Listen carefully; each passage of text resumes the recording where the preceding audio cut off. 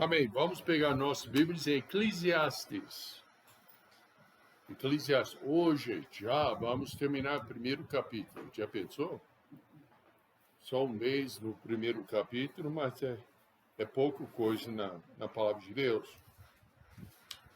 Todo mundo achou? Então vamos ler versos 12 a 18 de capítulo 1 de Eclesiastes.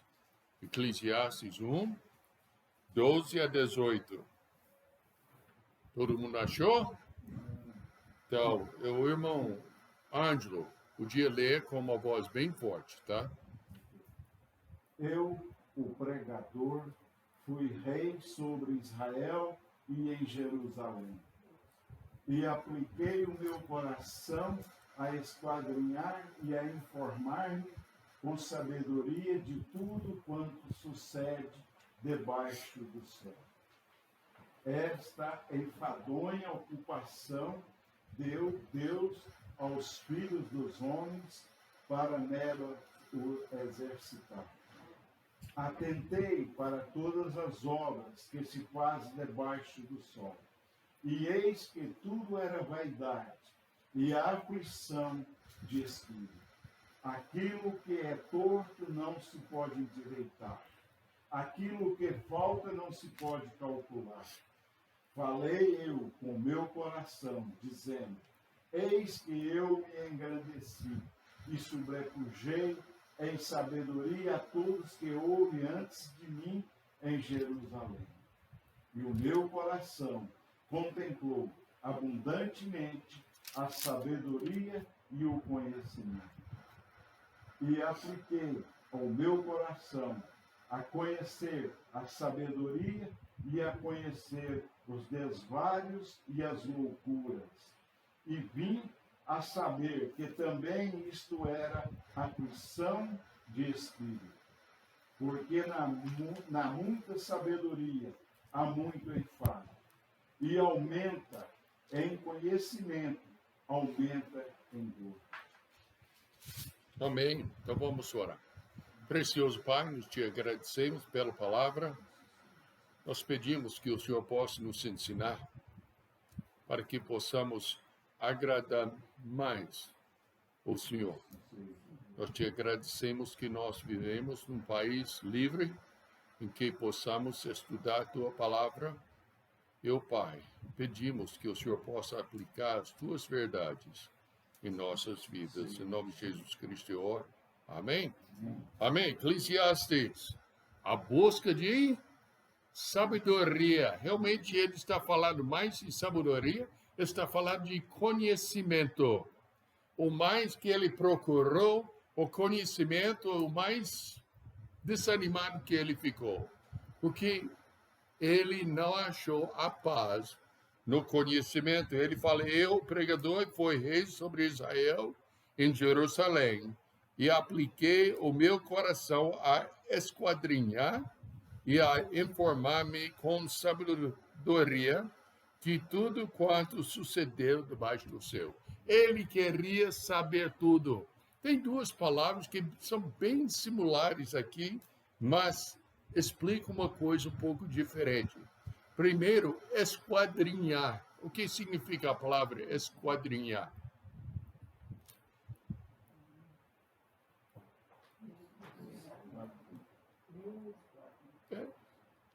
Esquadrinhar significa olhar, examinar detalhadamente cada coisinha. É como quando a gente está, já fizemos muito disso, não é, irmão José? Procurando parafuso, uma ruela. Eu tenho um pote assim, então a gente derrama lá e vai olhando aquela peça preciosa, não vai? Esquadrinhar. Então, se esquadrinhar significa de ver detalhadamente, ou que significa informar-me. Informar significa olhar coisa por geral, por alto e tudo. A terra está muito bonita, tem os eucaliptos, está crescendo e tudo. Essa é me informar, está crescendo bem. Esquadrinhar é notar, olha, tem 10 formigueiros, cada formigueiro tem 2.322 formigas lá dentro e tem de matar, senão eles vão comer todas as árvores e tal, e tal, tal. Esse é esquadrinhar, ver tudo. O Salomão falou que ele fez tudo disto e ainda não deixou ele ter satisfação no conhecimento dele. Por quê? Como nos outros coisas, como nós falamos semana passada sobre o trabalho, ele deixou um elemento importantíssimo fora do seu pensamento. Quem foi? O que foi? Deus. Deus. E qual parte de Deus? Sobre o futuro. Porque podia fazer tudo em um dia. Lá no mundo, nos 1929, eu não nasci ainda, não. Eu sou velho, mas não tanto. 29, de repente, todas as bolsas e tudo caíram. O povo que era milionário, de repente, perdeu tudo. E tinha pessoas de escritório lá no, eu não sei qual andar, 9º, 10º andar, que ficou tão desesperado que se jogou. Suicidou-se, porque a sua confiança estava naquilo que possuía. O Salomão estava confiando na sua sabedoria, no conhecimento, a examinação de tudo, e ele não estava considerando Deus nem o seu próprio futuro eterno. Então, por isso, ele ficou desanimado. E qualquer um ficaria.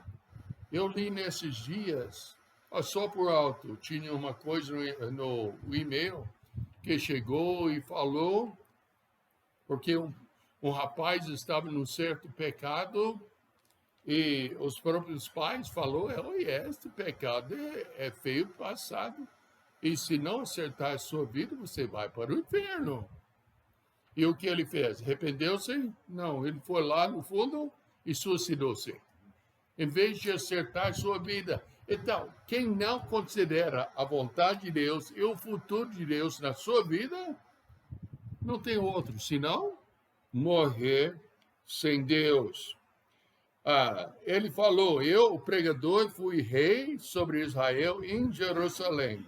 Nós tiramos por isso que é Salomão, que era o rei, o filho de Davi. Então,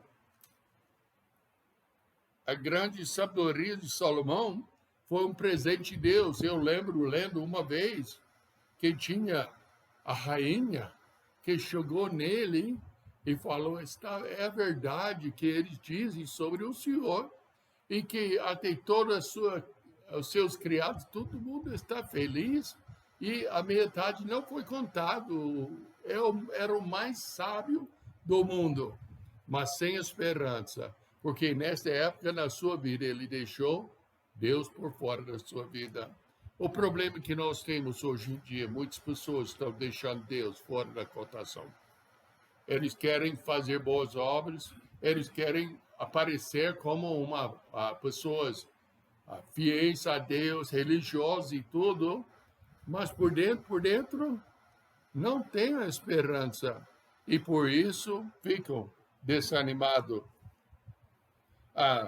Ele falou, eu dei meu coração para buscar e procurar pela sabedoria sobre tudo o que tem feito sob o céu. Lembramos que nós falamos semana passada que não foi só embaixo do céu, mas está falando qualquer lugar onde ele podia procurar, ele procurou e fazer, ou seja, fazer a sua própria vontade, sem Deus na cotação, pelos quais ele quis dizer sabedoria humana que exclui respostas à luz da eternidade.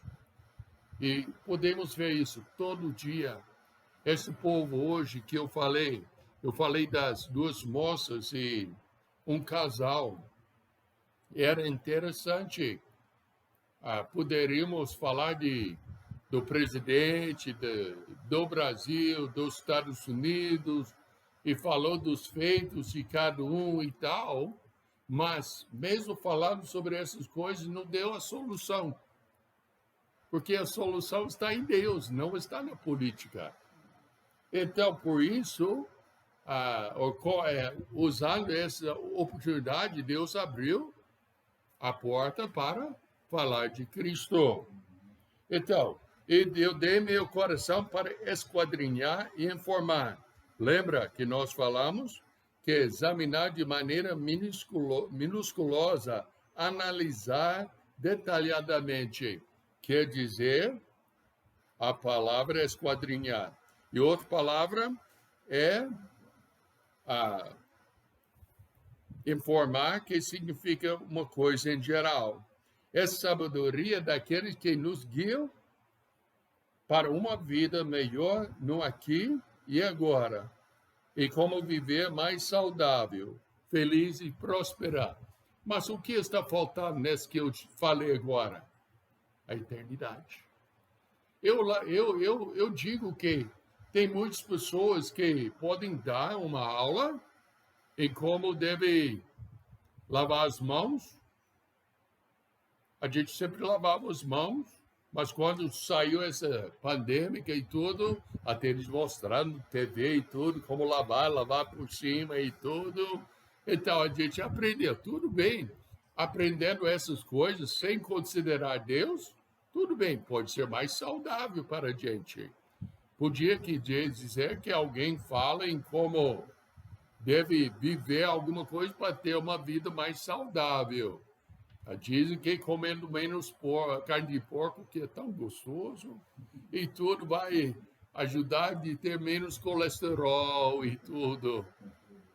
Então, pode até ajudar a vida da gente, mas não prepara a gente para a eternidade. Exatamente isso que o Salomão está ensinando.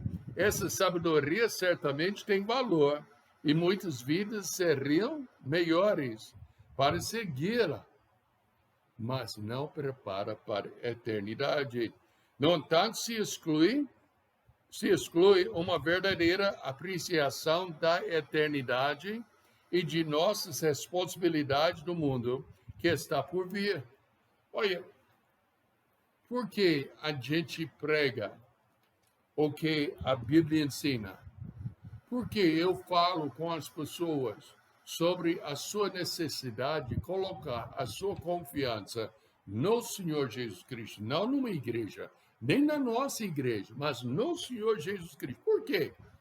Eu estou querendo mais preparar a pessoa para a vida eterna. E uma pessoa que está preparada para a vida eterna vai ser mais preparada para viver agora, porque tem a vida que agrada a Deus. Em outros lugares, em Eclesiastes, a sabedoria é considerada como uma benção, como ela é, até mesmo sabedoria que exclui a eternidade. Eclesiastes louva esse tipo de sabedoria, mas é a ideia de Salomão. A verdade é que a pessoa precisa de Jesus Cristo para realmente ter uma vida boa agora. Tudo o que é feito sobre o céu mostra que os recursos totais de uma visão de mundo limitado são objeto de estudo. O aspecto vertical ainda não está em vista. Então, o problema de Salomão, ele tinha uma vista horizontal. Viu as circunstâncias, viu as pessoas, viu tudo, mas não viu a mão de Deus na sua vida. Não viu a mão de Deus nas vidas dos outros. E por isso ele ficou deprimido. É uma tarefa pesada que Deus deu aos seus filhos, para ver como é a vida sem Deus. Talvez a gente poderia pensar que, mas isso é uma crueldade. Deus podia já fazer um jeito para nós, para não passar esse sofrimento. Mas o problema essa é uma bênção de Deus, porque nós temos de encarar o fato que uma vida sem Deus, o verdadeiro Deus, o Senhor Jesus Cristo na sua vida, não presta. É uma festa de horrores. Porque a vida sem Deus, muitas vezes eu já falei com a dona Susana, eu não entendo como o mundo que realmente não tem Jesus Cristo como seu Salvador aguenta as tribulações que passam. Eu já vi muitos crentes hoje em dia que estão morrendo de medo que vai morrer. Mas espera aí, eu não quero morrer. Só doido quer morrer. Não, eu quero viver e tudo. Mas se Deus quiser me levar, vamos lá. Porque é uma promoção, uma realidade que morrendo agora vamos para o céu. Os que têm Cristo como Salvador, mas os que não têm Cristo e nem reconhecem o fato que Deus está no mundo guiando o seu povo, está totalmente sem esperança. Como Salomão. Deus construiu dentro de nós o desejo, a necessidade do que traz significado e realização para viver. O seu Agostinho, um dos antigos, chamado lá nos primeiros séculos, ele falou assim: o Criador fez um espaço em forma de Deus em cada um de nós, que só pode ser preenchido com Ele. Então, pensa bem, o homem precisa algo, o homem sabe que precisa algo, mas aquele algo só pode ser preenchido por Jesus Cristo. Não tem outro. Mas o povo, em vez de procurar Deus na pessoa do Senhor Jesus Cristo, mesmo, muitas vezes, procurem bens, Salomão procurem prazeres, Salomão procurem em conhecimento, sendo doutorado, tendo 2 doutorados, entendeu? Tá bom. E tudo procurando essas coisas que não dão satisfação. Por quê? A única coisa que pode dar satisfação é o Senhor Jesus Cristo. Isso é verdade que só de nós como pessoas, mas também como a criação. Já pensou? Deus submeteu a criação a essa vaidade também. Em Romanos, capítulo 8, pode olhar lá, Romanos 8, e vamos ler versos 18 a 20.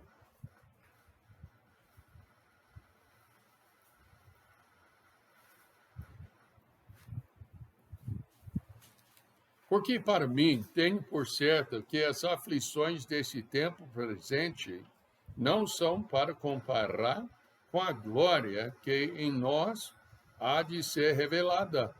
Porque a ardente expectação da criatura espera a manifestação dos filhos de Deus. Porque a criação ficou sujeita à vaidade, não por sua vontade, mas por causa do que a sujeitou, na esperança de que também a mesma criatura será libertada da servidão da corrupção, para a liberdade da glória dos filhos de Deus. Porque sabemos que toda a criação geme e está juntamente com dores de parto até agora. E não só ela, mas nós mesmos que temos as primícias do Espírito também gememos em nós mesmos, esperando a adoção, a saber, a redenção do nosso corpo. Porque a esperança fomos salvos. Ora, a esperança que se vê, não é esperança porque o que alguém vê, como o esperará. Mas se esperamos o que não vemos, com paciência o esperamos. Pensa bem, eu já usei essa ilustração, mas eu lembro, aqui embaixo no salão, eu estava com os pastores, nós estávamos falando sobre o céu. E eu perguntei, cada pessoa, o que é uma coisa que anima a gente sobre o céu? E um falou que vamos ver o Senhor Jesus Cristo. Amém. Outro, vamos ver as ruas de ouro. Amém. Vamos ficar por eternidade. Amém. E depois eu falei, sabe que me anima mais? Ele falou, o que é? Eu não vou brigar, eu não vou lutar contra o pecado mais. Não vai ter essa. E isso que nós estamos lendo aqui em Romanos. Até a criação geme. Já pensou? Adão foi colocado no jardim. Para fazer o quê? Cultivar o jardim. Não tinha praga. Cultivar o quê? Não é? Ele foi colocado, quem mais? Para guardar. Mas espera aí, não tinha ladrão. Então, guardar de quê? Todo mundo gostaria de um emprego assim, não é? Mas podemos ver na Adão e Eva que realmente isso não deu satisfação para eles, porque eles escolheram pecar. Ao mesmo tempo, é uma tarefa pesada. No verso 15 de Eclesiastes, capítulo 1, fala: aquilo que é torto não se pode endireitar, aquele que falta não se pode calcular. Tem um ditado em português que fala: nasce torto, morre torto. Então, nós estamos vendo de onde vem agora a busca inicial do pregador pelas respostas em sabedoria, tudo sobre o sol, lhe trouxe apenas desespero. Com sua habitual fraqueza devastadora, o pregador é rápido para nos dizer o pior. A busca não chegou a nada. A nada. Pensa bem, nós temos de estudar, menino. Tem de estudar. Norman, eu lembro o Samuel, quando ele tinha mais ou menos a sua idade, ele estudava no outro lado da minha mesa. Ele falou, o senhor gosta de estudar? Eu falei, eu gosto. E ele falou, eu nunca poderia ser pastor, não. Eu falei, por que não? Ele falou, eu não gosto de estudar. Aninho, você gosta de estudar? Não, essa é imaturidade que faz. Agora eu estudo o quê? 3, 4 horas toda manhã. Eu adoro estudar. Esses estudos não saem sozinho. Mas mesmo assim, a minha satisfação não está em estudar, mas chegar mais perto de Deus. Crescer na fé dá satisfação. O Salomão explica por que o pensador sobre o sol está tão frustrado. É porque tudo é como o vento, tem as suas reviravoltas, vai, vem e tudo, nunca chega ao fim. É frustrativo, e esse é o que ele passou. Então, o que é a fraqueza da sabedoria? Olha ainda em Eclesiastes, primeiro capítulo, e agora vamos ver versos 16 a 18. Falei eu com o meu coração, dizendo, eis que eu me engrandeci e sobrepujei em sabedoria a todos o que houve ante mim em Jerusalém. E o meu coração contemplou abundantemente a sabedoria e o conhecimento. E apliquei o meu coração a conhecer a sabedoria e a conhecer os desvarios e as loucuras, e vim a saber que também isto era aflição de espírito, ou a vaidade. Porque na muita sabedoria há muito enfado, e o que aumenta em conhecimento, aumenta em dor. Sabendo mais, você descobre que sabe menos. Eu sempre falo, eu gostaria de saber metade daquilo que eu achei que sabia quando eu cheguei no campo missionário. Eu seria um crânio em tudo que eu cheguei ao ponto de reconhecer, eu não sei de nada. E esse é exatamente o que Salomão encontrou. Isso não quer dizer que não podemos estudar, não devemos estudar. Devemos, mas vamos aplicar no final da mensagem qual deve ser nosso procedimento. O Salomão comungava com o seu próprio coração.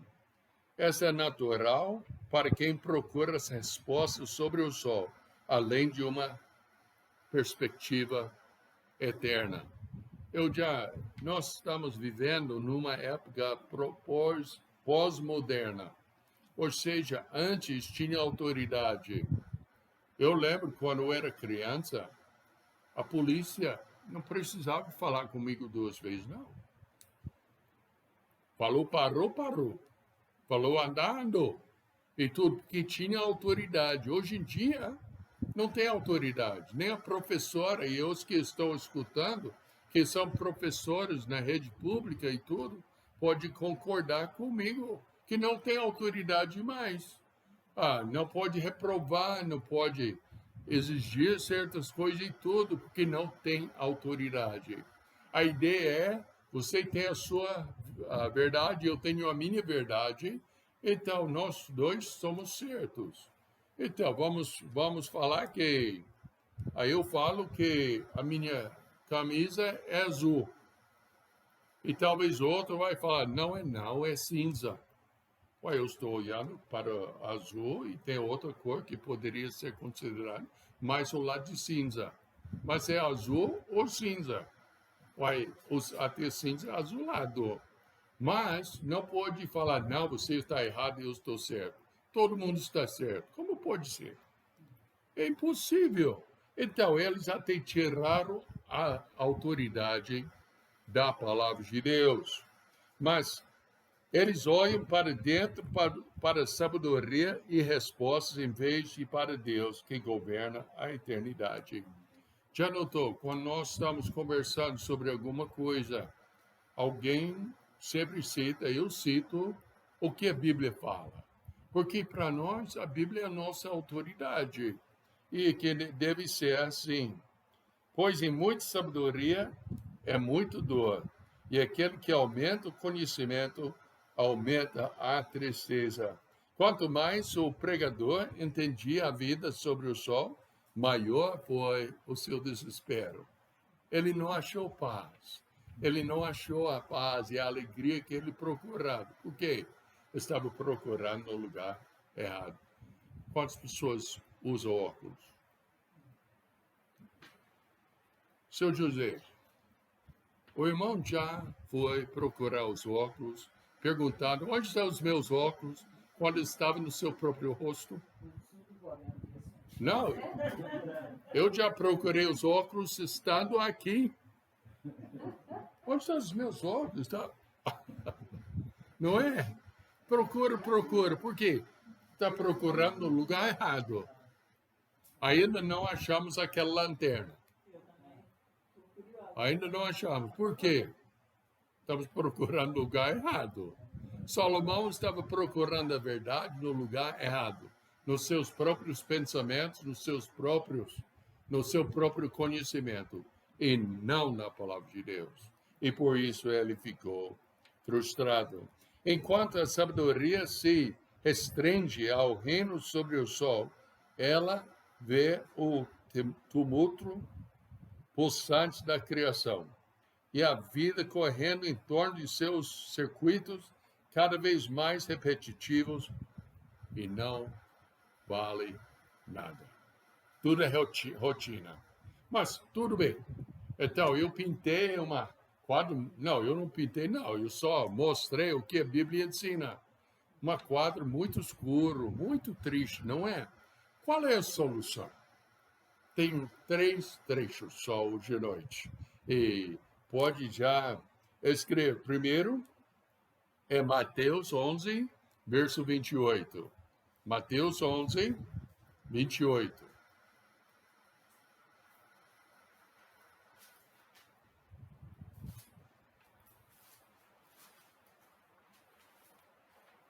Mateus 11, 28. Diz assim a palavra de Deus: Vinde a mim todos os que estáis cansados e oprimidos, e eu vos aliviarei. Oprimidos é o quê? Deprimido, é triste e está com peso em cima. O Senhor Jesus Cristo falou o quê? Vai para o conhecimento. Não falou?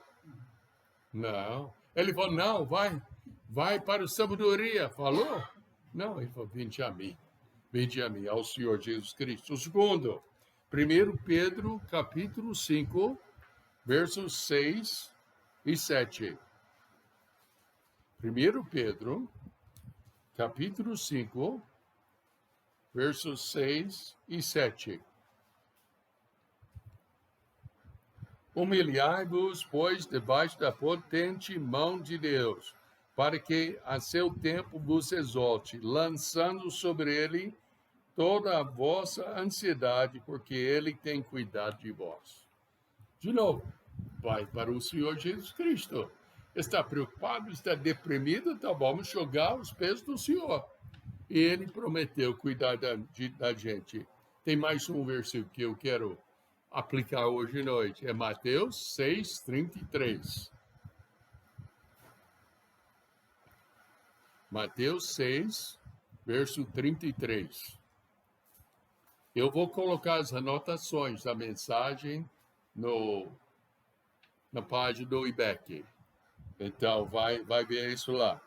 Junto com meus erros de português. Então, vai aguentar. Fala assim, mas buscar primeiro o reino de Deus e a sua justiça, e todas essas coisas vos serão? O que mais precisa? Vai para o Senhor Jesus Cristo e você nunca ficará deprimido, como o Salomão. Vamos orar. Precioso Pai, nós te agradecemos pela palavra e a vida de Salomão. Pai, ele não foi perfeito como nós não somos. Ele procurou a paz e a alegria nos lugares errados, como nós também fazemos. Mas hoje à noite, o Pai, ajuda a gente a ir para o Senhor Jesus Cristo, que já nos convidou para nos ajudar, para servir o Senhor conosco. Ajuda a gente, o Pai, a entender que é o Senhor que cuida de nós. E ajuda a gente, o Pai, sempre buscar primeiro o teu reino. E o Senhor prometeu para suprir tudo que necessitamos. Abençoe a mensagem hoje à noite, em nome do Senhor Jesus Cristo. Amém? Amém. Então, isso aí, então, uma boa noite para todos.